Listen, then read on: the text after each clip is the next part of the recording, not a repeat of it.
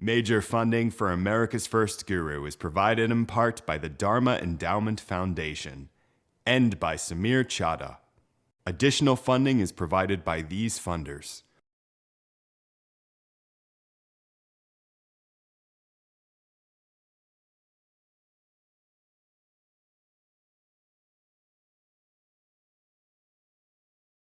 More than 100 years ago, America welcomed a son of India, Swami Vivekananda.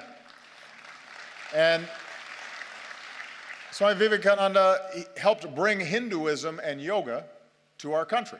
And he came to my hometown of Chicago. And there, at a great gathering of religious leaders, he spoke of his faith and the divinity in every soul and the purity of love. And he began his speech with a simple greeting. Sisters and brothers of America.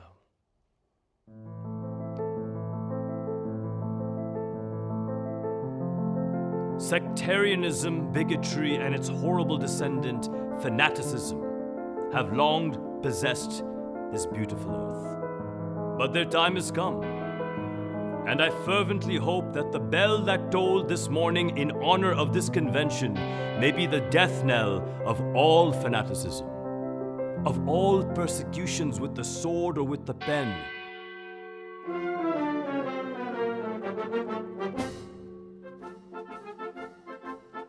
In 1893, America celebrated its golden age. The World's Columbian Exhibition in Chicago was designed to celebrate America's new status as a global superpower. The exhibition was also host to the world's first Parliament of Religions. At the same time, a young, unknown monk in India was getting ready to initiate a revolution that would transform America, a revolution for the American soul. I thank you in the name of the most ancient order of monks in the world. I thank you in the name of the mother of all religions. I am proud to belong to a religion which has taught the world both tolerance and universal acceptance. We believe not only in universal toleration, but we accept all religions as true. They got a surprise. They did not count on him stealing the show. I always call him the Jackie Robinson of the penetration of Indian spirituality into America.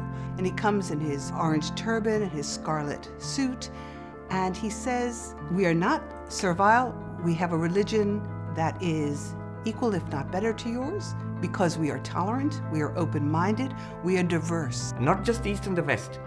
The past and the future met at that point. A modern world was born, history culminated to bring that point about, and from that point again, it radiates out into the future. My ideal indeed can be put into a few words, and that is to preach unto mankind their divinity and how to make it manifest in every movement of life. How does a guy show up in the West and becomes an absolute rock star? You know, dazzles the likes of J.D. Rockefeller, William James, Nikola Tesla, Emma Calvé, the superstar opera singer, Sarah Bernhardt, the greatest actress of her time, to becoming almost forgotten. This is the man who introduced the concepts of yoga and meditation to the West. He establishes the first Vedanta Society in New York in 1894. And the Vedanta Society attracts, in addition to ordinary folks, some really incredibly talented artists and intellectuals and thinkers, people like Christopher Isherwood, Aldous Huxley. In succeeding generations, Houston Smith, J.D. Salinger, Joseph Campbell. Just think about more than 100 years ago, he's talking about the harmony of religions, when we're not at all in fashion to talk about that. I think that the future of spirituality is what might be called spiritual cosmopolitanism. Be open and receptive to all the different spiritual traditions in the world. Try to learn from the different spiritual traditions. No one had ever heard such ideas on a public stage in America. Swami Vivekananda taught Americans that everyone had a spark of divinity. He taught them that all religions were true because they all led to the same ultimate truth. He showed us that there was a divine spark within each of us, and it was a reflection of that very consciousness from which the whole universe arose. He changed the way Americans saw themselves, and the way the world saw India forever. This is the story of America's first guru.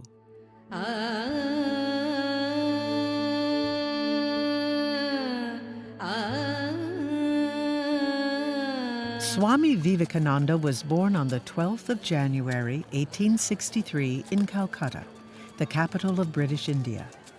He was named Narendranath Datta to become a ruler of men. His father Vishwanath was a lawyer in the Calcutta High Court. To my father, I owe my intellect and my compassion. And when I asked him, "Father, what are you going to leave me?" he happily replied, "Go, stand before your mirror, and you will see what I leave." His mother was deeply religious and gave her 3 children unconditional love and devotion. The mother is the God in our family. The idea is that the only real love that we see in the world, the most unselfish love, is in the mother. While America was celebrating 100 years of independence, India was being crushed by British rule. It was the jewel in the crown. After the failed War of Independence of 1857, Calcutta had become the capital, and by the 1860s, Indians were being educated in English to serve their new masters. This was the brainchild of Lord Macaulay. We must at present do our best to form a class who may be interpreters between us and the millions whom we govern. A class of persons, Indian in blood and colour, but English in taste, in opinion, in morals, and in intellect. An educated Indian elite emerged, dreaming secretly of rights, liberty, and independence. Religion was evolving too. Raja Ram Mohan Roy founded the Brahmo Samaj to foster a new kind of Hinduism in India, one grounded in ancient Vedic ideals, but embracing the Unitarian values of the West. Raja Ram Mohan Roy was a wonderful example of unselfish work. He devoted his whole life to helping India. He cared nothing for fame or for results to himself. Everyone called him Naran, and despite being groomed to become a proper British gentleman, he demonstrated a strong mystical bent. Every night when I went to bed, 2 ideals of life appeared before me. One of them was to be a man of great wealth, surrounded by servants and dependents, and enjoying high rank and immense power.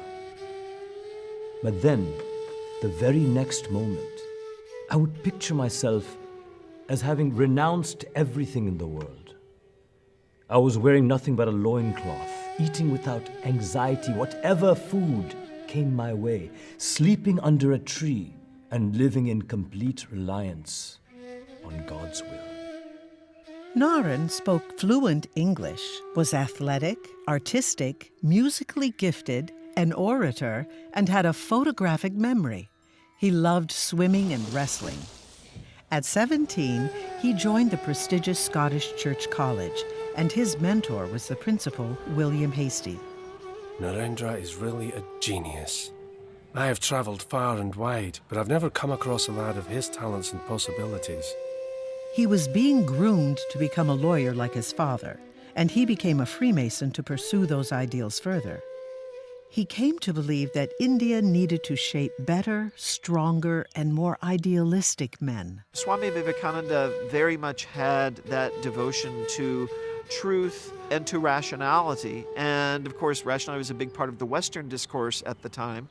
He joined the Brahmo Samaj under the leadership of the charismatic Keshab Chandra Sen, whose vision was to cultivate a synthesis between Hinduism, Christianity, and all religions. One night I was meditating when from the southern wall of that room a luminous figure stepped out and stood in front of me.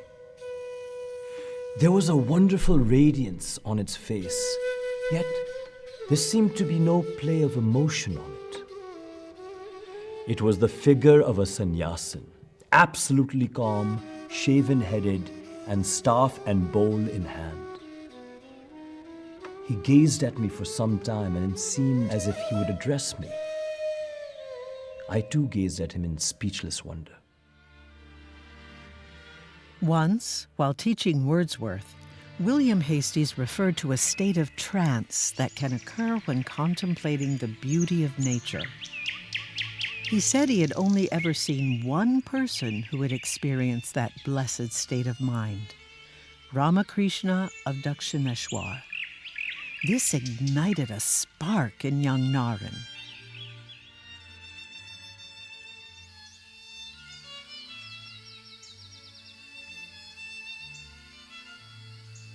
I owed a magnificent day to the Bhagavad Gita. It was the first of books. It was as if an empire spoke to us. Nothing small or unworthy, but large, serene, consistent. The voice of an old intelligence which in another age and climate had pondered, and thus disposed of the same questions which exercise us. In the summer of 1845, Ralph Waldo Emerson and his dear friend Henry David Thoreau discovered Indian wisdom. It strengthened their critique of rationalism and materialism and laid the foundations of what came to be known as transcendentalism. Following the brutal Civil War, a renewed interest in spirituality gave rise to the Theosophical Society and the charismatic Madame Blavatsky, who encouraged the study of India and its wisdom. By the time the committee formed to organize the Parliament of Religions, America was ready to welcome Indian wisdom. It just needed a wise and charismatic teacher.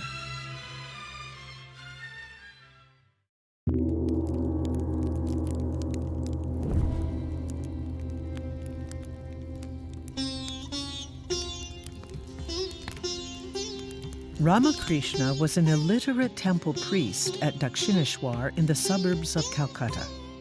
He was famous for his devotion to the goddess Kali. People came from all over India to see this holy man, for it was said he could speak to his goddess and enter into trance states called samadhi. On a November evening in 1881, Ramakrishna came to a musical evening in Calcutta and saw Naren for the first time. Ramakrishna went into ecstatic bliss on hearing him sing, and his adoration embarrassed the young man.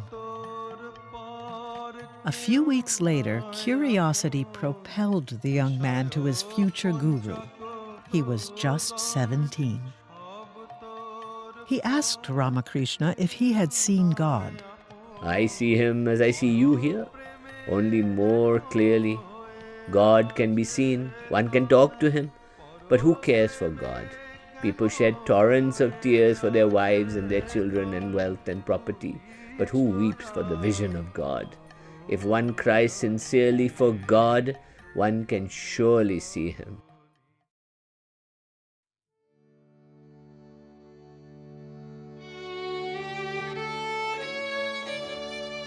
Naren was drawn to this unusual mystic and kept coming to see him. One day in the spring of 1882, he arrived unannounced. I found him sitting deep in meditation. There was no one with him. He was in an ecstatic mood. He muttered something to himself that I couldn't understand, looked hard at me, and then arose and approached me. I thought we were about to have another crazy scene. Scarcely had that thought passed through my mind when he placed his right foot on my body. Immediately I had a wondrous experience. My eyes were wide open and I saw that everything in the room, including the walls themselves, was rapidly whirling around me and receding. At the same time, it seemed to me that my consciousness of self, together with the entire universe, was about to vanish into a vast, all-devouring void. I cried out loudly, "What are you doing to me? Don't you know I have parents at home?"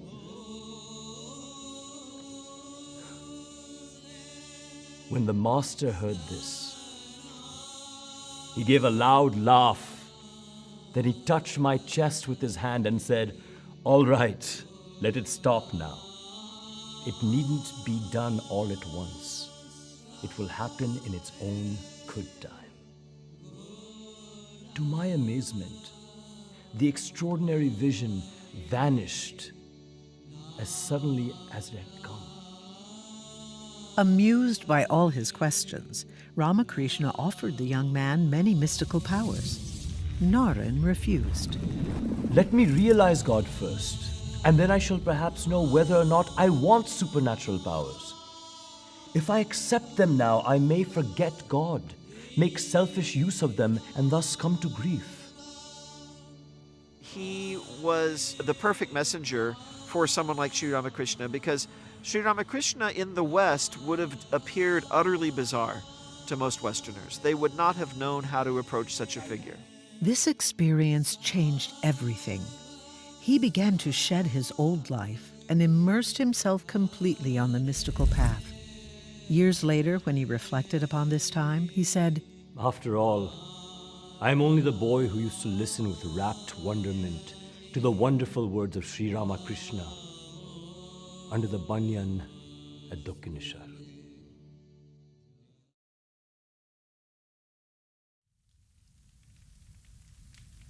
In 1884, his father suddenly died, leaving the family destitute and almost homeless. He tried to manage the legal battles to save their estate, but things fell apart, and the community had to care for them. This was the tipping point. The call to give up the material world and immerse himself in the mystical quest became irresistible. By now, Ramakrishna had gathered a motley crew of devoted young men around him, led by Naren. But his health was failing with throat cancer. He initiated them into monastic life, the path of the sannyasin. They received a special saffron cloth to signify the color of purification and death, pledging to leave the material and sensory world behind. They shaved their heads, and one by one they took initiation with a mantra from the master. This was the birth of the Ramakrishna order of monks that today are such a major part of Indian life. On the evening of August 1886, Ramakrishna left his body surrounded by his young monks.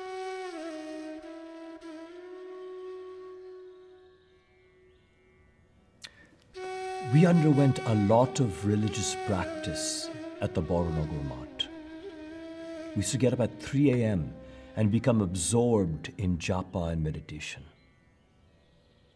What a strong spirit of detachment we had in those days. We had no thought even as to whether the world existed or not. Naren decided that he would become a wandering monk and discover the true spirit of India. He took the name Swami Sachidananda, or the one who always follows the path of truth, consciousness, and bliss. In 1890, he left Calcutta by train. I shall not return until I acquire such realization that my very touch will transform a man.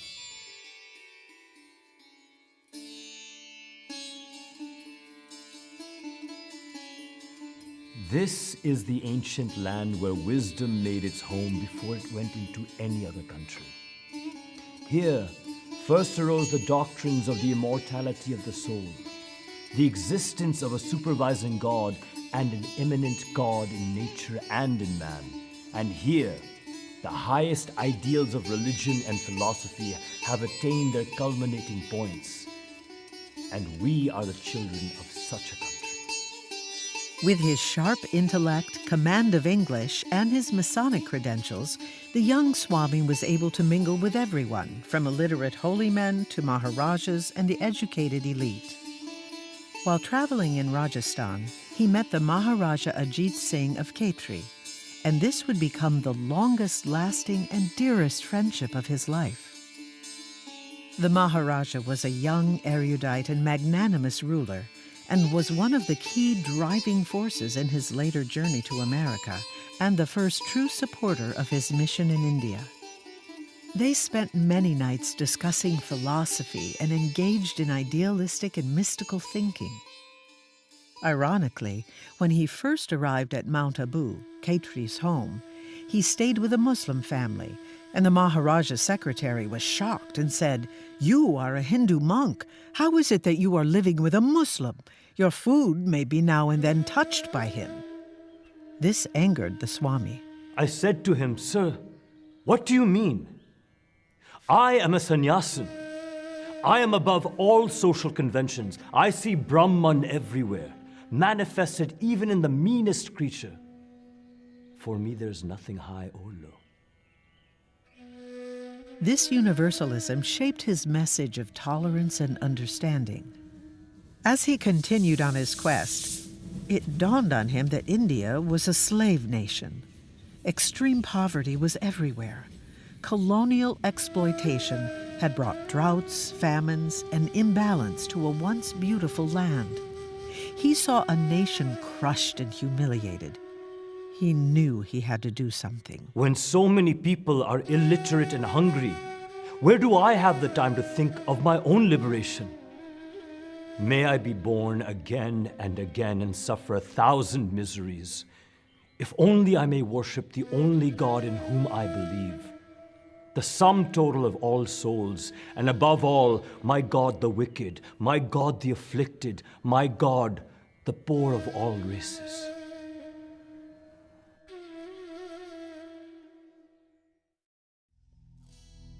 In the winter of 1892, he arrived in Madras in southern India and met his first real disciple, Alasinga Perumal, a young teacher and journalist. The young men of Madras had heard about the Parliament of Religions in Chicago and organized a committee to find someone to represent the highest ideals of Hinduism.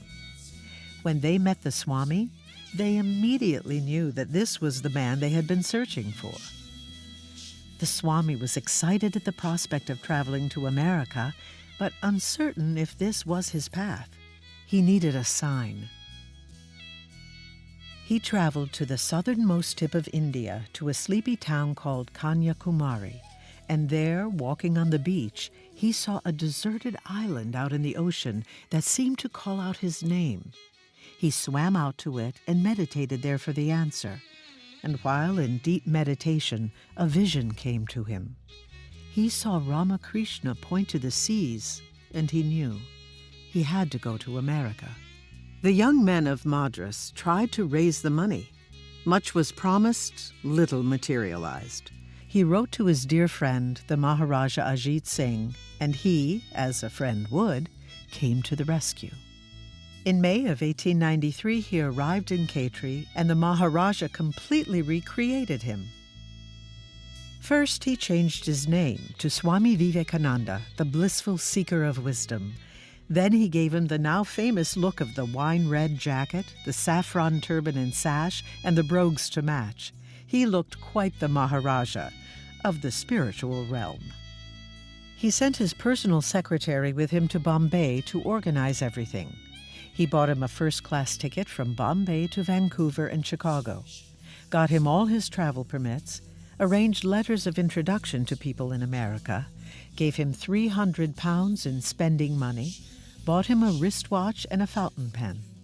And to keep the Swami focused, he promised to look after his mother in Calcutta for as long as he was alive. On the 31st of May, 1893, Swami Vivekananda boarded the P&O steamer Peninsular and set sail for America.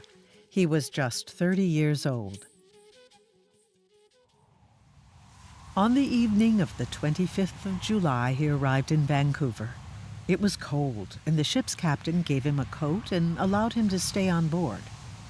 The next morning, he boarded a train for Chicago, where he met a most remarkable woman, Catherine Abbott Sanborn, his first angel in America.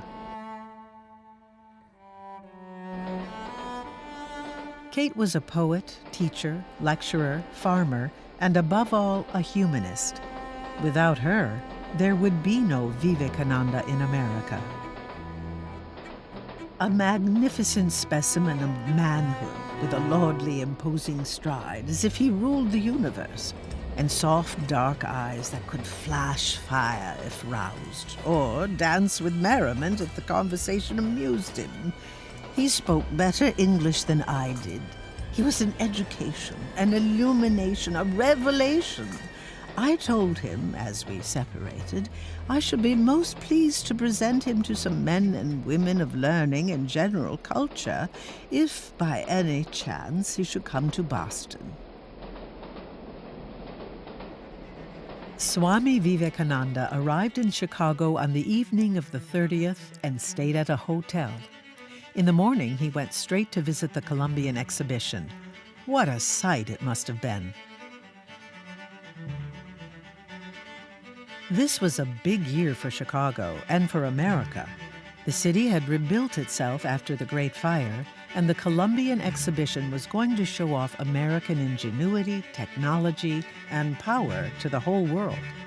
A splendid white city rose out of the ashes, and the Parliament of Religions would do the same for the religions of the world.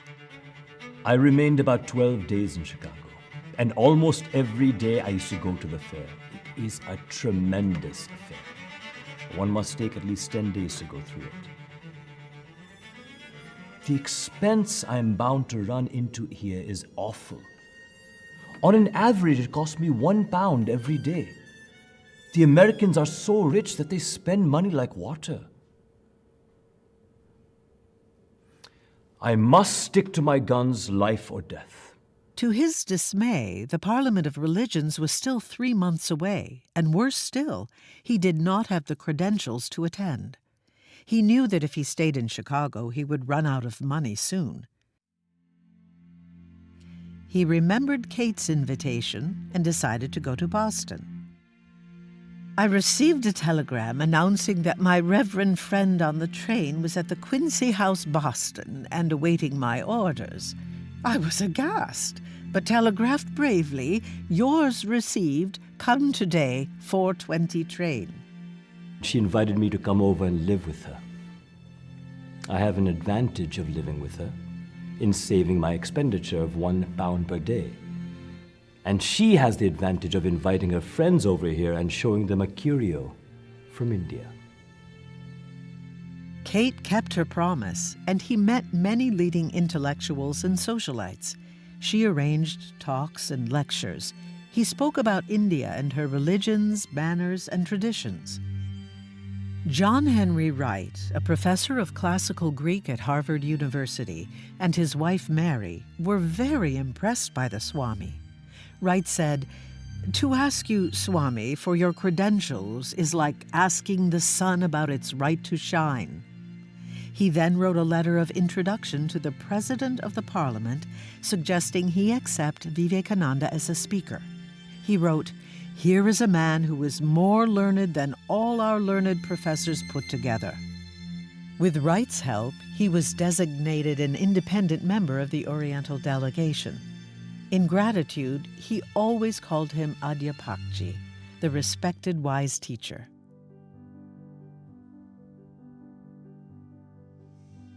Swami Vivekananda arrived back in Chicago on the evening of the 8th, only to discover that he had lost the address for the Oriental delegates. He spent the night in a boxcar at the station. The next morning, he stepped out quite disheveled. No one would talk to this strangely dressed, ruffled, colored man. He walked around to no avail and finally gave up and sat down on a curb on North Dearborn Street. Mrs. George W. Hale saw him sitting outside her home and asked, "Sir, are you a delegate to the Parliament of Religions?" He explained his predicament, and she immediately invited him in to clean up, have breakfast, and then she took him personally to the offices of the Parliament. He was introduced to Barrows, who was impressed by the young man and was given accommodation with the other Indian delegates.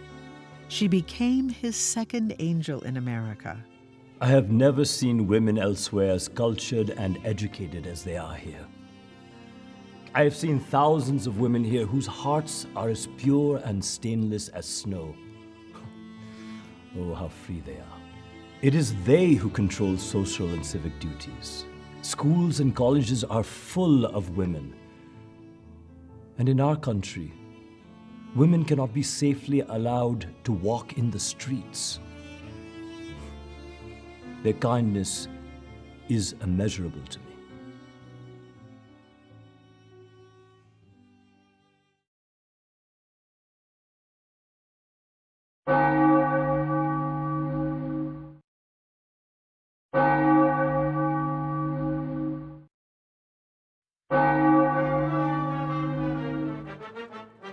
We affectionately invite the representatives of all faiths to aid us in presenting to the world, at the Exposition of 1893, the religious harmonies and unities of humanity.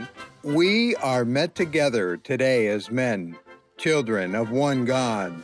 We are not here as Baptists and Buddhists, Catholics and Confucians, Parsis and Presbyterians, Methodists and Muslims. We are here as members of a parliament of religions, over which flies no sectarian flag. And they're trying to say America is not just about technology and money and capitalism and manufacturers. It's also about the New Jerusalem. When Vivekananda took his seat on the stage, his ochre red robe, yellow turban, bronze complexion, and fine features stood out prominently and drew everyone's attention, particularly the women. He had never addressed such a large assembly, and when he was asked to give his speech, he was seized with terror and requested the chairman call on him a little later. By 5 o'clock, the giant audience of over 4,000 was tired of all the monotonous speeches, and Vivekananda realized that this was his moment. Sisters and brothers of America, he is electrifying. And he's electrifying in a strange way because he isn't expecting to be electrifying. He addresses people as equals. He calls them brothers and sisters of America. And it's a legend, but it's a legend that has a lot of truth. it fills my heart with joy unspeakable to rise in response to the warm and cordial welcome which you have given us. I thank you in the name of the most ancient order of monks in the world. I thank you in the name of the mother of all religions. And I thank you in the name of the millions and millions of Hindu people of all classes and sects. Before him was the power and dynamism of the modern West at that time. East and the West met at that point. And not just the East and the West. The past and the future met at that point. I am proud to belong to a religion which has taught the world both tolerance and universal acceptance. We believe not only in universal toleration, but we accept all religions as true. I am proud to belong to a nation which has sheltered the persecuted and the refugees of all religions and all nations on the earth. It is extraordinary because he himself doesn't realize that he's going to be electrifying. And he says, we are not servile. We have a religion that is equal, if not better, to yours, because we are tolerant, we are open-minded, we are diverse. Sectarianism, bigotry, and its horrible descendant, fanaticism, have long possessed this beautiful earth. But their time has come. And I fervently hope that the bell that tolled this morning in honor of this convention may be the death knell of all fanaticism, of all persecutions with the sword or with the pen, and of all uncharitable feelings between persons wending their way to the same goal. Vivekananda captured the hearts, souls of America, and it was almost like a rock star. In fact, we have firsthand accounts of his speech at the Parliament of Religions where somebody documents women rushing the stage. Sort of like, if you look at footage of the Beatles in 1964, girls are rushing the stage. He is undoubtedly the greatest figure in the Parliament of Religions. After hearing him, we feel how foolish it is to send missionaries to this learned nation. He is a great favorite at the Parliament from the grandeur of his sentiments, and his appearance as well. If he merely crosses the platform, he is applauded, and this marked approval of thousands he accepts in a childlike spirit of gratification, without a trace of conceit. Every day for the next few weeks, he was in high demand. He spoke on Hinduism, Buddhism, science, religion, and the need of the day. Every evening, he would be invited to the most sophisticated dinners and salons. He was the belle of the ball, and everyone wanted to hear him speak.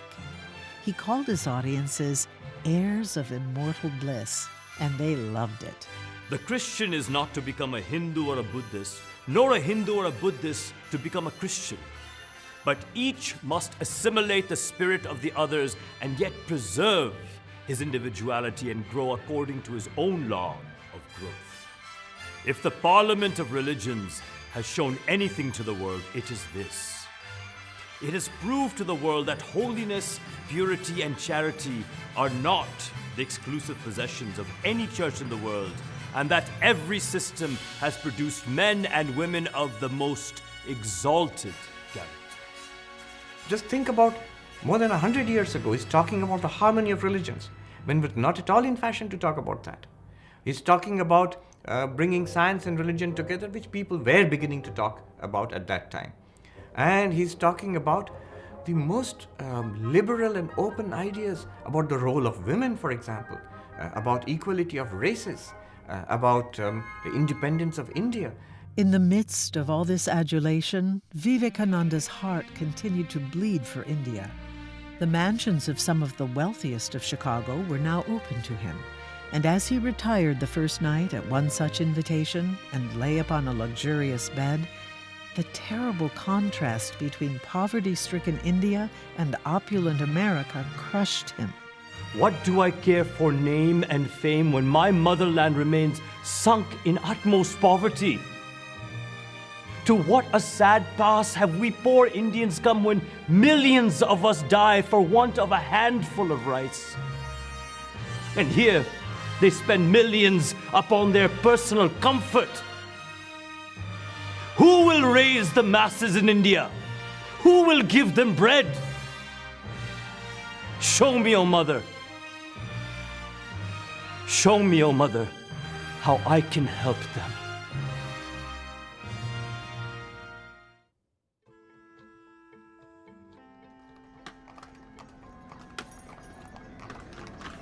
Vivekananda set up his home and headquarters with the Hale family, the very lady who had guided him to the Parliament. He became their son and a brother to their daughters. They got busy preparing him for public life. He called her Mother Hale and her husband Father Pope. That winter, he enjoyed an American Christmas, eating traditional fare and singing carols with the family. Nowhere in the world are women like those of this country. How pure, independent, self-relying, and kind-hearted. All learning and culture are centered in them. I have been welcomed by them to their houses. They're providing me with food, arranging for my lectures, taking me to market, and doing everything for my comfort and convenience. I shall never be able to repay in the least the deep debt of gratitude I owe to them. The Hale home was near Lincoln Park, where he spent many afternoons sitting in the sun. His innocence and radiance attracted young families, and the children who met him remembered him vividly throughout their lives. Many became students of Vedanta and yoga. The people of Chicago began coming to hear him speak in large numbers. The Reverend W.H. Thomas, a renowned author, heard him at the Parliament and wrote to his friend, the founder of the Slayton Lyceum Speakers Bureau in Chicago. Henry Lake Slayton was a shrewd businessman, and he knew he was on to a winner. The Bureau signed the naive young monk to a 3-year contract. Then it all began. On the 26th of November, 1893, the first announcement appeared in the Chicago Tribune. Swami Vivekananda will lecture Monday evening, December 4th, at Central Music Hall, on the divinity of man.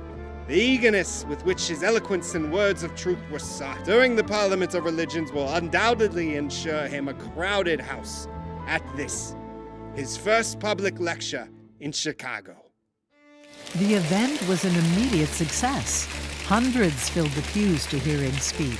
He was a public speaker. In the next few months, he went on a whirlwind tour across the Midwest: Minneapolis, Des Moines, Memphis, Detroit, Ada, and back to Chicago. He spoke about India, her religions and traditions. Most places welcomed him, but in some he was chased and even shot at because of his exotic outfit and the color of his skin. It's amazing that Swami Vivekananda could speak to a packed hall of adoring admirers and then not find a place that would allow him to stay for the night because of his skin color. What is shocking to me is that more than 100 years later, we're not that different. In Chicago, the intelligentsia were very kind to the Swami. Doors opened, and he met the good and the great. A story goes that a very arrogant and willful J.D. Rockefeller barged in on the Swami, demanding to meet the Hindu monk he had heard so much about. An hour later, a quieter, transformed, and inspired man emerged. He would say later, recognizing with humility our mistakes of extravagance, selfishness, and indifference, let us, with faith in God, in ourselves, and in humanity, go forward, courageously resolved to play our part worthily in building a better world. A mission was brewing in the young Swami's mind. He knew he had to do something here. He thought his mission was to raise money here in the West by teaching Vedanta and yoga, and then use that money for launching schemes for humanitarian uplift, social uplift, economic uplift, educational work in India. Over the next few years, he was beginning to see his primary mission was to be an awakener of souls, both here in the West and in the East. He continued to speak outside the Bureau to private groups and more philosophical and open-minded audiences. But by March, his relationship with Slayton had soured. He was exhausted, exploited, and being ripped off. In Detroit, everything came to a head, and his host, the Senator Palmer, interceded on his behalf and freed him of his contract. He was free. Finally, the Swami found the right audience for his teachings: women, Unitarians, Transcendentalists, Universalists, Christian Scientists, and Theosophists. He traveled to New York, Boston, and then back to Chicago. In New York, he met Leon Landsberg, a journalist and theosophist who eventually would become his right-hand man and the first American to become a Swami.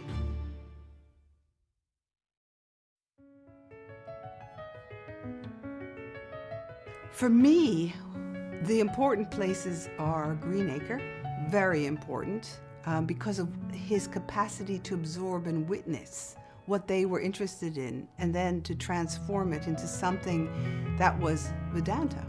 Green Acre is run by a woman named Sarah Farmer. She's a Unitarian background. She's famous as somebody who is perceived as deeply spiritual. And everyone comes every year, all these genteel Yankee spiritual seekers, and they come for everything. They come for dewdrop walks in the morning. They come for music. There's a lot of music, and he meets some of the great musical heroines. People like Emma Thursby, who's a great singer, and of course Sarah Bull, who he meets there. On the other hand, there are these new spiritualist thought currents that were coming up. New thought movement, I mean, lots of different things. A lot of it was foofy, but still, yeah, Christian Science, seances, weird stuff. But still, what happened was the American mind was open to new spiritual thought currents. And so it was this amazing convergence of kind of the ripeness of the soil and this spiritual genius in the form of Vivekananda. So everything just kind of worked out perfectly. He sees all the different mind healing, mind control. He makes fun of it. He says, oh, they're going to cure blindness today in one of his letters. He sees all of it, and he begins to teach yoga under the Swami's pine. And he tries to explain to them what yoga is about, what meditation is about, what about the connection within to the greater whole. And little by little, they come and they listen very carefully, and it becomes the basis of Raja Yoga. All would gather under what came to be known as the Swami Pine to hear him speak.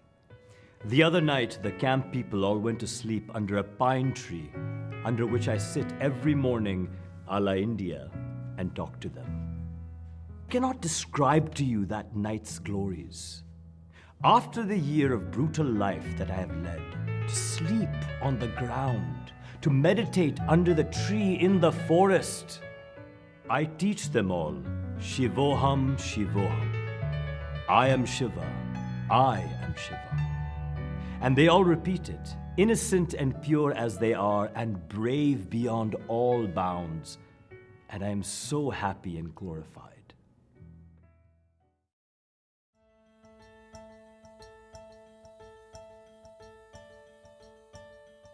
At Green Acre, he was adopted by Sarah Chapman Bull, a great philanthropist who took him home with her to Cambridge. She became his third angel in America. For me, the second most important phase is when he's in Boston, and he doesn't care about American academics, but he engages with all these Harvard professors. And these are people like James and Royce. James, of course, is a famous pragmatist. Royce is a famous idealist, philosopher. He's in a milieu where he can have exchanges that are of a very, very high order. Similar conversations were taking place between the greatest psychologist of that era and maybe even today, like the father of modern American psychology, father of modern psychology, William James. He and Vivekananda hit it off very well. He absorbed a lot of what Vivekananda had to say without completely subscribing to what Vivekananda. Vivekananda was a monist, he was a monist par excellence, that one reality ultimately. And as far as we know, William James, even till the end of his life, remained a pluralist, that there are multiple realities. But they had a very fruitful conversation, and it influenced two things. One, the development of psychology, and two, the psychology, the understanding of religious psychology, the understanding of what is religious or spiritual experience, as expressed in the varieties of religious experience, William James. After Green Acre and Cambridge, he realized that what he really needed was an institution and a book. Do you know what my idea is? By preaching the profound secrets of the Vedanta religion in the Western world, we shall attract thy sympathy and regard of the mighty nations, mainlining forever the position of their teacher in spiritual matters, and they will remain our teachers in all material concerns. At the end of 1894, he spent a month in New York planning his new society with Leon Landsberg and many others who had met him at Green Acre. The vision was to teach Vedanta and yoga in America, publish his talks and books, and raise money for the poor in India. He called it the Vedanta Society of New York. On the 29th of December, 1894, he stood up at the Brooklyn Ethical Association and declared, "I have a message to the West, as Buddha had a message to the East." The message is, spirituality is real. There is really such a thing as an ultimate reality. Call it God, Brahman, Allah, Jehovah, whatever you want to call it. Religion was right when they talked about this ultimate reality, that there is a spiritual purpose to life and you can reach fulfillment. The Buddha has promised that there is a way out of suffering. It is true that there is a way out of suffering and one can reach fulfillment.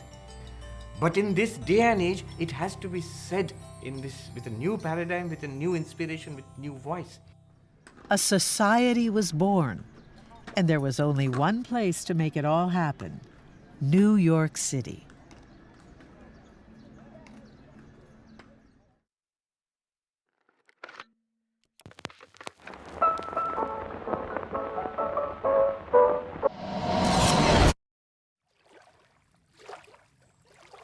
In January of 1895, Leon Landsberg and the Swami moved into a small apartment at 54 West 33rd Street.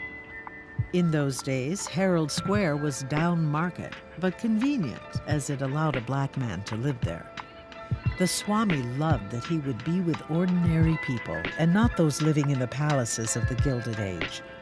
His speaking would raise money from the rich, but he would live and teach amongst ordinary New Yorkers. He was, after all, one of them. When he came to New York City, he got an apartment. His roommate, who he lived with, broke bread with, was a Jewish guy named Landsberg, a brilliant guy, but he was Jewish. So not only was he not Indian, not only was he not Brahmin, he was a totally other heathen faith. And they cooked together, ate together, they shared a small apartment. In New York, he becomes part of a world where you move from Yankee founding fathers, family dynasties, into a much more cosmopolitan sphere. And I think that although he was very happy to create the Vedanta Society, he's ambivalent about organization. But there's another side of Vivekananda that always remained free-spirited. When they started running classes, they worried that women would not want to come to the neighborhood. But they were proved wrong. I went with my sister to 54 West 33rd Street, New York, and heard Swami Vivekananda in his sitting room, where there were assembled 15 or 20 ladies and 2 or 3 gentlemen. The room was crowded. All the armchairs were taken, so I sat on the floor in the front row. Swami stood in the corner. He said something, the particular words of which I do not remember, but instantly to me that was truth. And the second sentence he spoke was truth, and the third sentence was truth. Every morning at 11, he would start teaching. Elizabeth Hamlin gave tickets at the door and was secretary. Leon ushered everyone in and handled seating and collections. Sarah Ellen Waldo, a relative of Emerson's, managed everything, including all the cooking, cleaning, and other details. My ideal, indeed, can be put into a few words, and that is to preach unto mankind their divinity and how to make it manifest in every movement of life. Each soul is potentially divine. The goal is to manifest this divinity by work or worship or psychic control or philosophy, by one or more or all of these, and be free. This is the whole of religion. Finally, he began to teach the philosophy that he had learned from Ramakrishna, Vedanta and the yoga of how to achieve universal states of consciousness while living blissfully and fearlessly in the world. The essence of Vedanta is that there is but one being, and that every soul is that being in full, not a part of that being. Perfect liberty, and yet discipline. Vivekananda, you find this in Vivekananda. He gave us not one set of tools, but a whole array of tools. In fact, the entire spiritual heritage of India and the wider world. He opened it up for all of humanity. Vedanta is impersonal and has scope for endless personalities. So you want an ideal? Very good, you must have an ideal. You want technique? Yes. So he puts Jnana Yoga, Bhakti Yoga, Karma Yoga, and Raja Yoga. In fact, the first book he worked on, which was published from here, the Vedanta Society of New York, was Raja Yoga. So how to meditate, he goes down to the nitty-gritties. If you see his yoga classes, how to sit, how to breathe, how to turn inwards and withdraw. There are beautiful descriptions, sublime descriptions of Vivekananda meditating here in New York.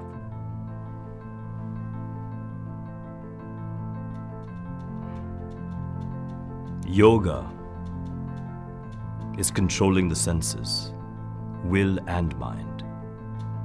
The benefit of its study is that we learn to control instead of being controlled. all the powers in the universe are already ours. It is we who have put our hands before our eyes and cry that it is dark. The moment I have realized God sitting in the temple of every human body, the moment I stand in reverence before every human being and see God in him, that moment, I'm free from bondage. Everything that binds vanishes, and I am free.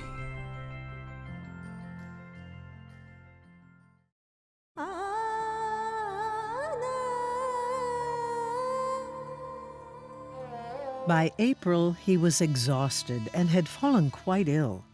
He was invited by Josephine MacLeod and her sister Betty's fiancé Francis Leggett to join them in retreat in the Hudson Valley. They were a wealthy family and owned a beautiful home. He traveled up the river to Ridgely Manor, which today is a major center of the Vedanta Society and a living ashram. Francis knew that Swami Vivekananda was ruining his health traveling around the country. And you have to think, that's back in the 1890s. It wasn't so easy to travel around the country, and he was giving many talks, and there were no microphones, there were no lights. He was shouting, and he wasn't in the greatest of health anyway.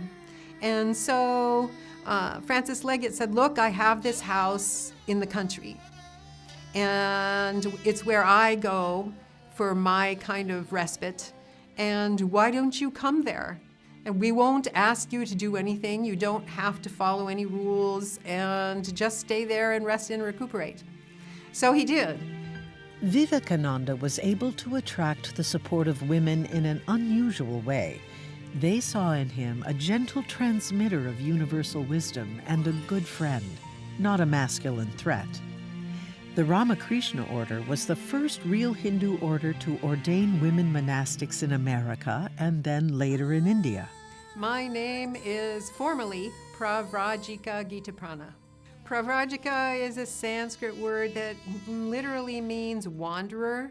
He first gave formal vows of renunciation to a Frenchwoman named Marie-Louise long before any of the formal convents started. But when Swami Vivekananda was in this country, he often was working with women, and women, I think, were predominantly the class attendees also. Josephine MacLeod became the role model for all women who completely devoted themselves to Vivekananda. Because of her and the others that followed, women found equal footing and power in the community. I'd been around the Vedanta Society in Berkeley, and I was really attracted to the kind of life that is combined meditation, contemplation, and service. I was not attracted to just what we would call a general kind of a lifestyle. I had been there, done that, and so I decided I would try it. And my friends all said, oh, you're selling out to an organized religion. But I don't think they really understood that Vedanta isn't an organized religion in that same way. During his recovery, he developed a deep fondness for Ridgely Manor, and it would become his headquarters in America. He returned here again and again. Finally, in 1999, the Ramakrishna Mission purchased Ridgely Manor from the Leggett family.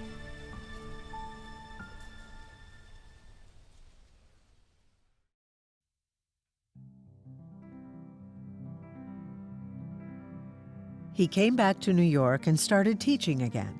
He was invited regularly to give major public talks, filling out venues like Madison Square Gardens and the Brooklyn Ethical Association. He would travel everywhere by foot and by trolley train like any New Yorker.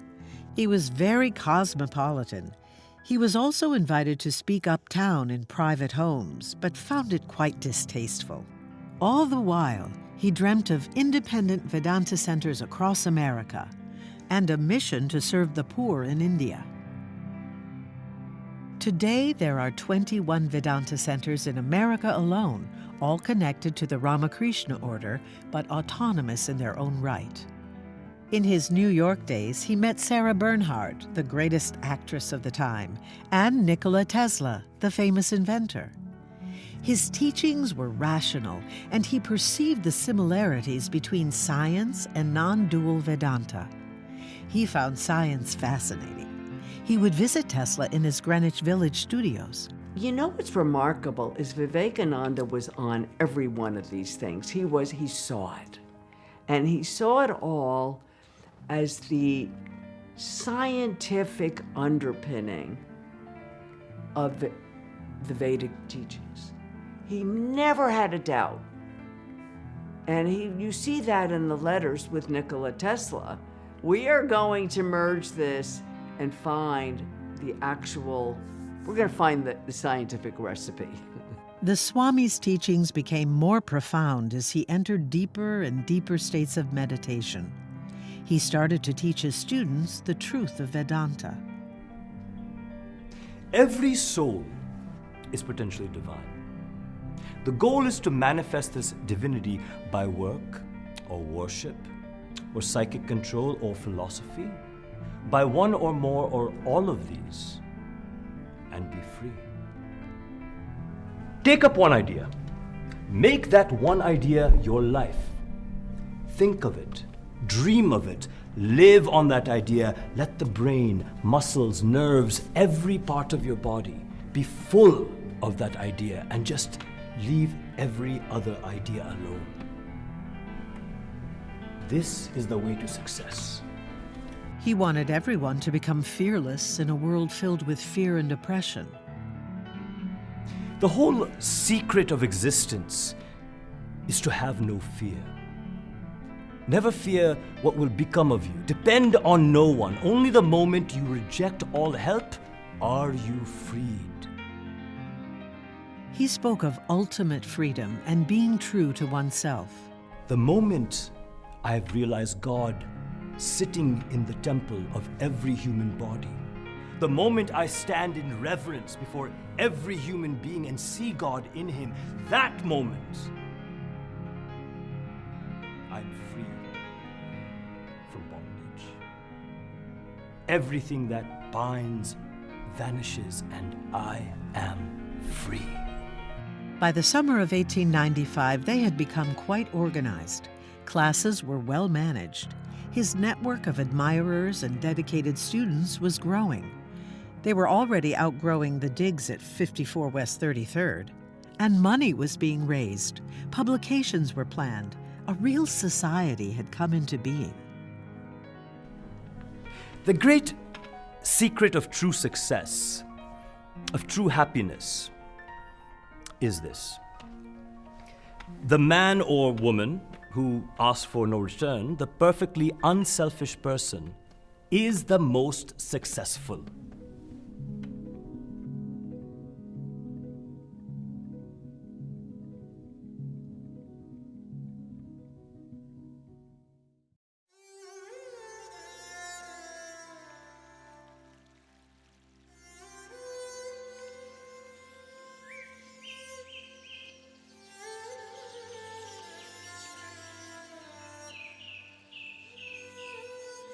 On a misty morning in the middle of June, Swami Vivekananda landed by steamer at 1,000 Islands Park.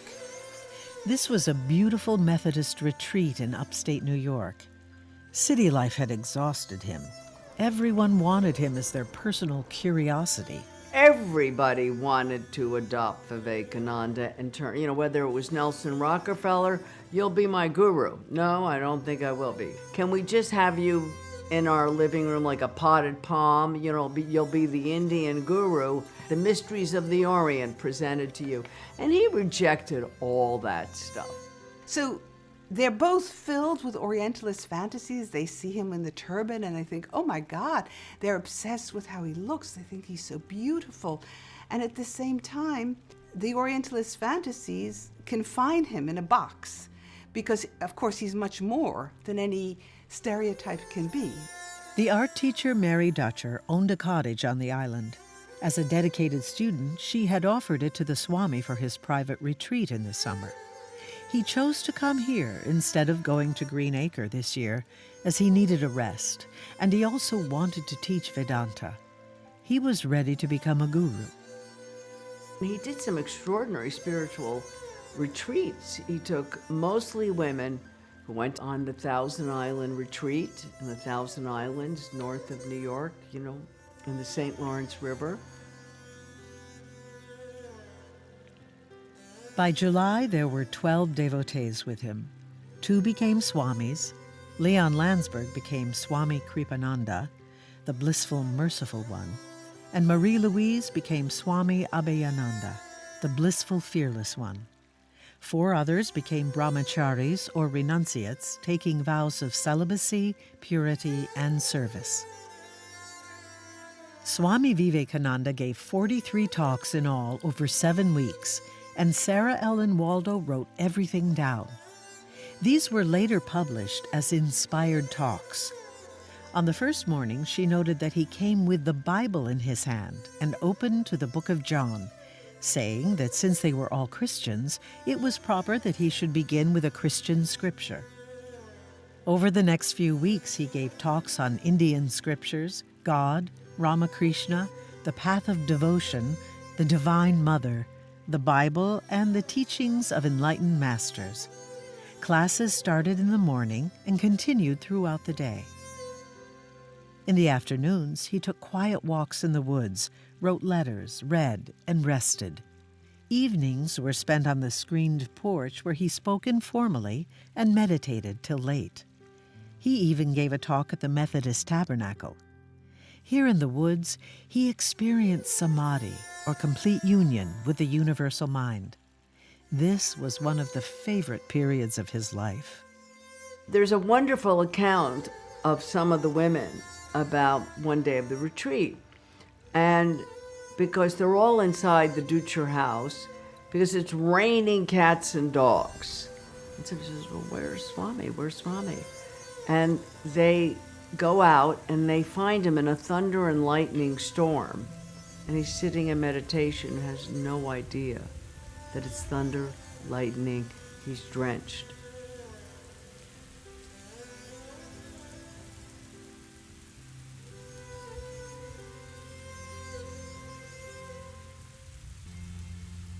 The next 9 months were a whirlwind.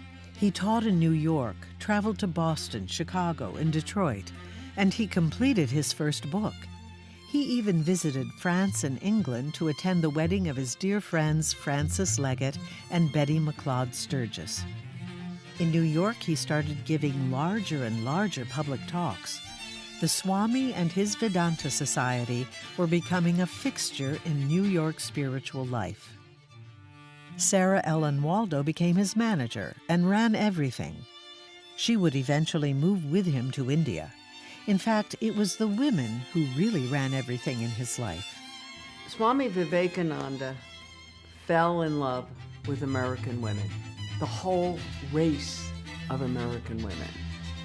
You see in the letters, he writes back, oh my God, these Yank women, they can do anything. In early 1896, he completed his first book, Raja Yoga, which became the seminal book of its age.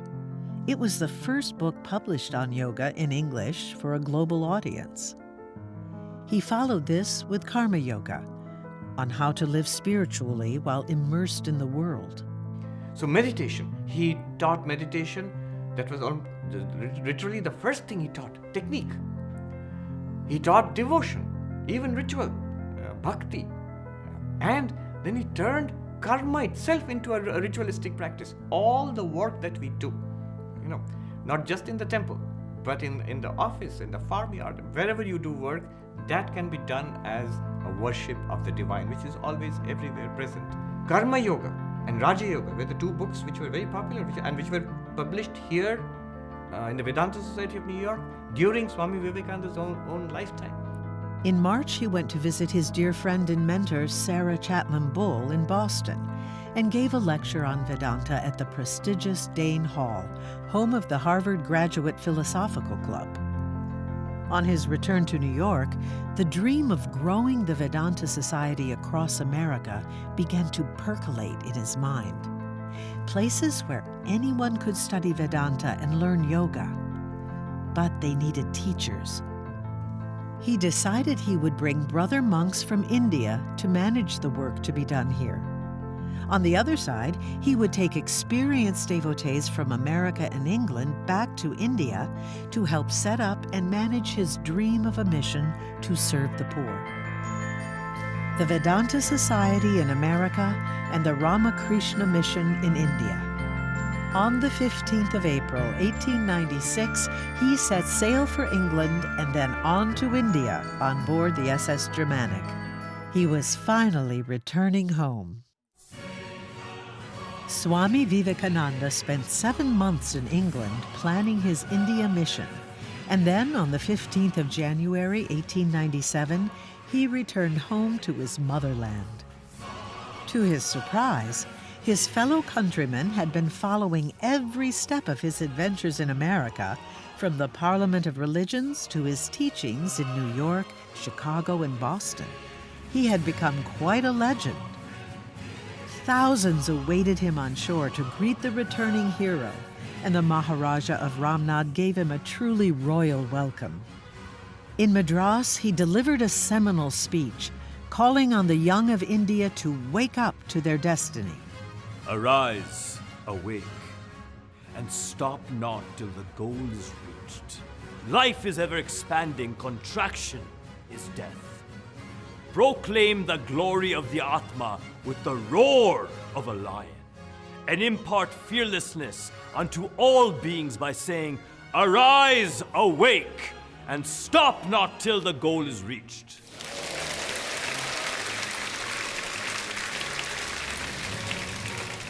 This speech was a clarion call for a revolution of the Indian soul. He realized he could use his celebrity to awaken a revolutionary spirit in the young men and women of India. My India, arise. Where is your vital force? In your immortal soul. At the end of February, he finally arrived home in Calcutta after 7 years away and immediately went to see his mother. The Maharaja of Khetri had kept his promise, and she had been well looked after. And then he went to see Sharda Devi, Ramakrishna's wife. She had become the spiritual mother of all the monks. He was finally home.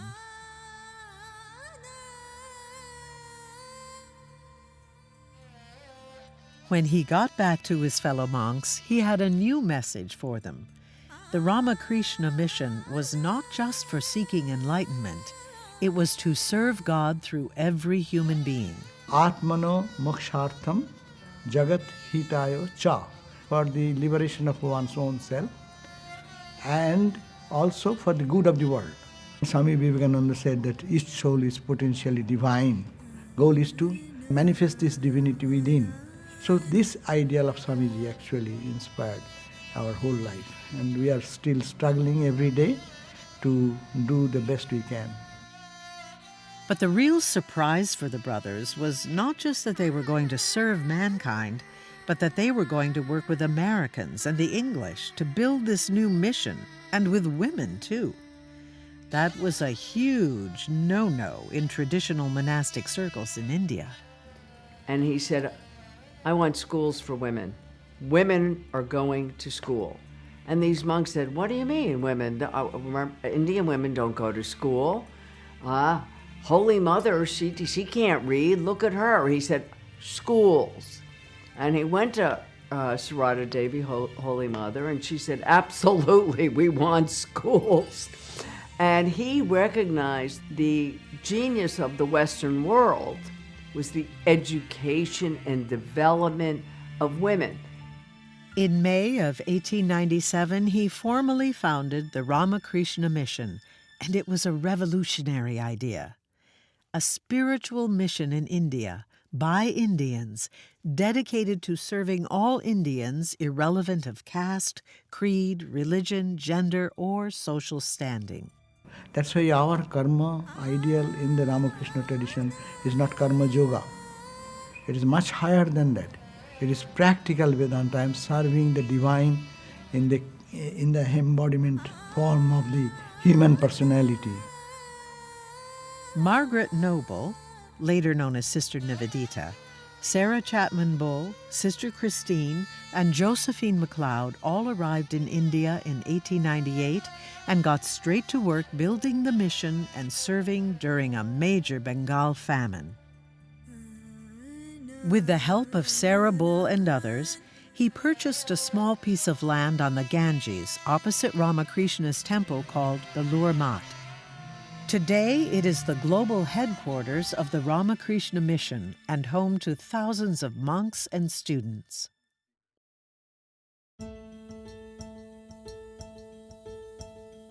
Swami Vivekananda returned to New York in 1899, but this time he was not alone. He brought two young Swamis from Calcutta with him, Swami Abhidananda and Swami Turiyananda. They would lead the American movement. The three Swamis set up headquarters at Ridgely Manor in what became known as the Swami Cottage. His new message for America was that all there is in life is character, and Vedanta and yoga were the ideal paths to cultivate it. The ideal of Vedanta is to know man as he really is. The solution of the Vedanta is that we are not bound. We are free already. Not only so, but to say or to think that we are bound is dangerous. Do not say it, do not think it. This is summed up in the Vedanta philosophy by the celebrated aphorism, Tattvamasi. Thou art that. Now, what he does, and this is his genius, he says, through any of these yogas, you can attain the highest goal, and there's no higher and lower. It's not that one yoga is higher than the others or leads somehow more directly to the same goal. The Vedanta Society of New York formally opened its doors on October 15, 1899, and Swami Abhidananda became its first minister. So this is the first one. It's a small place, but it's historically significant. It's the first of the Vedanta societies, but it's also significant in the larger scheme of things because it's the first Hindu ashram in the West, and it is at the source of this vast movement of spiritual thought from India to the West, which happened in the 100 and more years after this Vedanta society was established. A second center opened on the Upper East Side in 1933, called the Ramakrishna Vivekananda Center. This was founded by the legendary Swami Nikhilananda, who taught J.D. Salinger and Joseph Campbell the mysteries of Vedanta. Each, in turn, influenced American culture in a major way. J.D. Salinger was a desperate, I think fair to say suicide, as he writes in his novels, was something he was considering. Such was the depression of what he had endured in World War II. And he found in Vedanta, Nikhilananda became his guru. He was an initiated disciple. He found a way to live.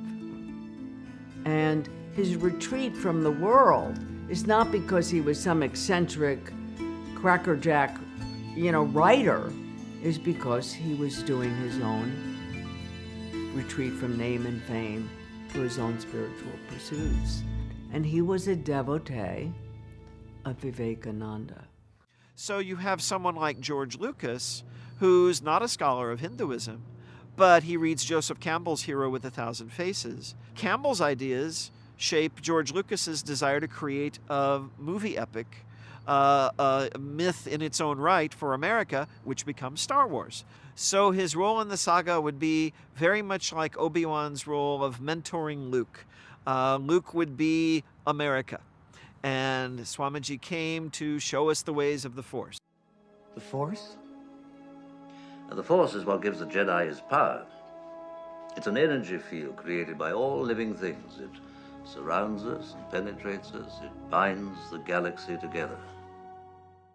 He came to show us a deeper philosophy and way of life and way of approaching the world, which was badly needed in the world at that time and is still badly needed today. Josephine MacLeod joined them in Ridgely Manor. He always called her Tantine. She discovered her brother was very ill in Pasadena, and Swami immediately advised her to go. He would follow. Vivekananda knew his work on the East Coast was done. Now California was calling. Vivekananda began to teach in Pasadena, and soon he had gathered a huge following there. This became the Vedanta Society of Southern California, today the largest center of his work in America. For a variety of historical reasons, there were some major intellectual leaders who were drawn to Vedanta and to Swami Prabhavananda, and who made the Vedanta Society their spiritual home. And they included primarily 3 British expatriates who had come at the dawn of World War II to America to get away from Europe and everything that was happening there. Christopher Isherwood, Gerald Hurd, and Aldous Huxley. These are giants of Western scholarship and literature. In the 20th century, this center became the heart of Indian spirituality in California, and Hurd donated a lot of his land, providing monasteries and temples in Hollywood, Santa Barbara, and Pasadena. Huxley, Mom, and of course Isherwood loved it there. You have Huxley writing The Doors of Perception, and the band The Doors named themselves after that book because they loved the book so much. So these people are, I think, what today's generation might call influencers, right? And so they influence the larger society. The Razor's Edge, the novel by Somerset Maugham, came out in 1944. Became a huge bestseller, and then a movie made in 46. Wonderful black and white film starring Tyrone Power as the young American seeker who ends up giving up his life of privilege, going to India seeking, and meets a guru figure. The road to salvation is difficult to pass over, as difficult as the sharp edge of a razor. But this much we know, and all religions teach it. There is in every one of us a spark of the infinite goodness which created us. And when we leave this earth, we are reunited with it, as a raindrop falling from heaven is at last reunited with the sea which gave it birth.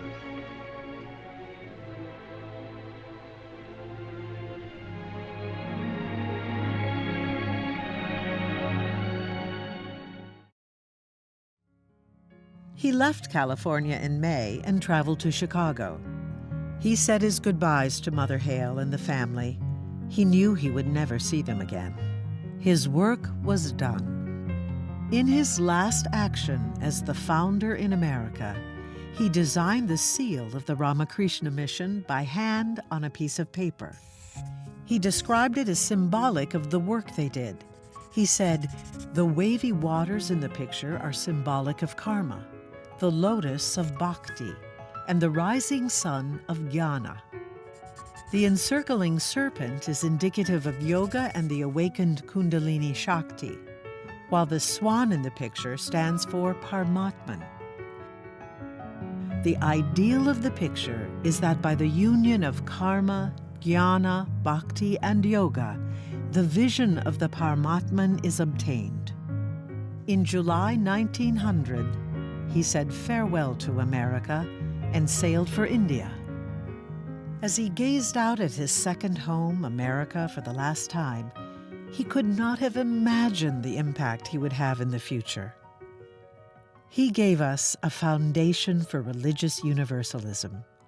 He taught tolerance and understanding and interfaith dialogue.